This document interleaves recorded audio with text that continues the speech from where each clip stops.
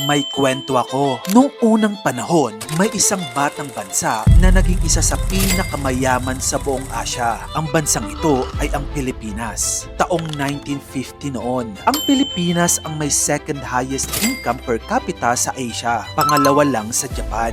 Mas mayaman pa siya noon kesa sa South Korea na may GDP per capita na $876.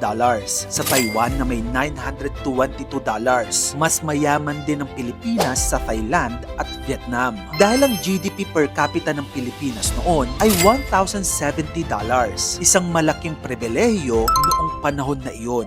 Marami kasing baon ang batang Pilipinas. May modern university siya. May matatag na manufacturing base. At 70% ng workforce niya ay marunong mag-English. Oo, nasaktan siya ng husto noong gyera. Ang Maynila ay halos nawasak. 80% ng lungsod ay nawasak at gumuho pagsapit ng 1945. Pero tinulungan din siya ng ibang bansa. Nakatanggap siya ng $400 million mula sa US bilang war damage compensation. Binigyan din ang Pilipinas ng Japan ng $550 million bilang reparations. At ang mahalaga ito, nauna niyang nakuha ang tulong na ito bago ang mga kapitbahay niya. Habang ang Korea ay nakikipagdigma at ang Taiwan ay nagre-rebuild mula sa Civil War, ang Pilipinas naman ay may maagang kapital at relative stability. Pagsapit ng 1960, ang manufacturing na ang pinakamabilis lumaking sektor ng ekonomiya niya. Ang batang Pilipinas ay nagkaroon ng textile mills,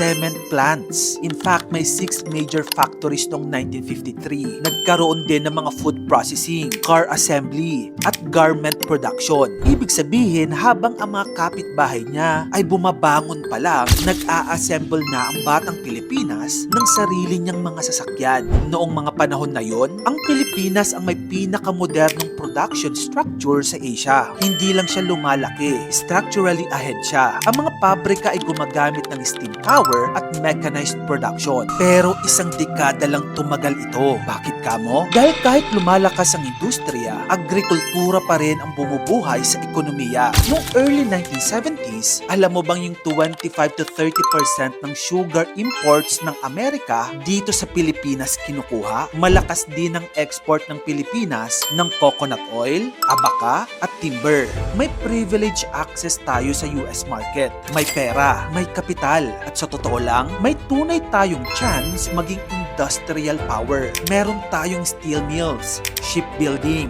petrochemicals, at machinery manufacturing. At higit sa lahat, meron tayong skilled labor. Pero dito na tayo nadapa. Ang problema, maling polisiya. Naging bisyo ng Pilipinas ang proteksionismo. Ano yun? Imbis na gamitin ng tariffs pansamantala para palakasin ang local industries gaya ng ginawa ng Korea at Taiwan sa loob ng 2 dekada, ang Pilipinas ay nanatiling protektado ng higit sa 30 years. Ang result, naging tamad at inefficient ang mga industriya na kontento sa maliit na local market na may 40 million population lang sa Pinas. Hindi rin nakasabay sa global competition. Samantala, ang lupa ay nanatiling hawak ng ilang pamilya. Habang umaabante ang iba, tayo na pag-iwanan. Noong 1968, naabutan na tayo ng South Korea. Noong 1970, naungusan na din tayo ng Taiwan. At mid-1970s, pati Thailand, napag-iwanan na din tayo. Ang dating advantage ng Pilipinas noong 1950, nawala lang sa loob ng isang henerasyon. Saka naman dumating ang pinakamabigat, ang 21 years ng diktadura, crony capitalism, pautang sa kaibigan at pamilya, monopoly licenses, at gobyerno nagpoprotekta sa inefficient industries. Kumbaga, nung panahon na yon, yung paglago ay pinatakbo ng utang, hindi ng productivity, at bumigay na nga ang mathematics. Yung external debt natin o yung utang from $600 million noong 1965 and by 1986, naging $26 billion na. Lumaki ng todo ang utang. Ngayon, ang South Korea ay may $35,962 GDP per capita na. Ang Pilipinas, $4,350 GDP per capita. Titigan mo na lang yung mga numerong yan at talagang malulungkot ka. Isang henerasyon ng maling desisyon ang lumikha ng times na income gap. Kaya huling paalala, hindi tayo kulang sa talino, hindi tayo kulang sa talento. Ang kulang sa atin noon, industrial discipline, tunay na kompetisyon, at political will para mag-reform. Masyado tayong naging komportable at ang kasaysayan hindi naghihintay sa mga nahuhuli. Kaya ang tanong ko sa iyo, ano ang gagawin ng henerasyon natin sa mga susunod na kwento ng Pilipinas? Kung gusto mo pa na mag-ito pang klaseng content, i-follow mo na ako. Mag-subscribe ka na rin sa aking YouTube channel. Yun lang, maraming salamat sa panonood.